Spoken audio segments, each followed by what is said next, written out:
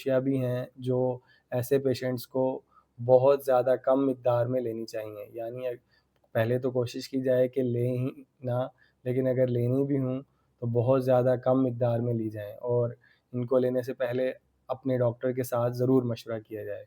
तो इन अशिया में शामिल हैं शरबत, कॉफ़ी, दूध, दही, गाय का गोश्त बग़ैर चर्बी के, अंडे की ज़र्दी, अंगूर, किन्नू और आलू बुखारा, अमरूद, जामुन, गाजर, इसके अलावा जेली, मायोनीज़, मार्जरीन, केचप और कस्टर्ड, कोला ड्रिंक्स, तमाम फलों के रस।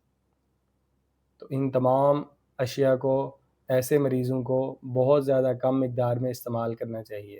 उम्मीद है आपको ये वीडियो अच्छी लगी होगी, तो आप इसको अपने फ्रेंड्स के साथ और फैमिली सर्कल के साथ ज़रूर शेयर कीजिएगा।